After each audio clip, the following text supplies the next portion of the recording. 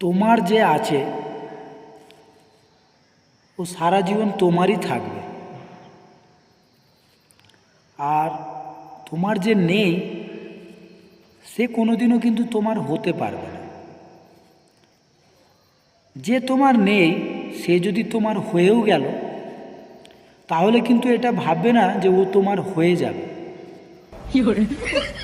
হয়ে গেলেও কিন্তু ও তোমার থাকবে কি থাকবে না সেটা তুমি কিন্তু বুঝতে পারবে না যে তোমার সাথে ও কতদিন থাকবে।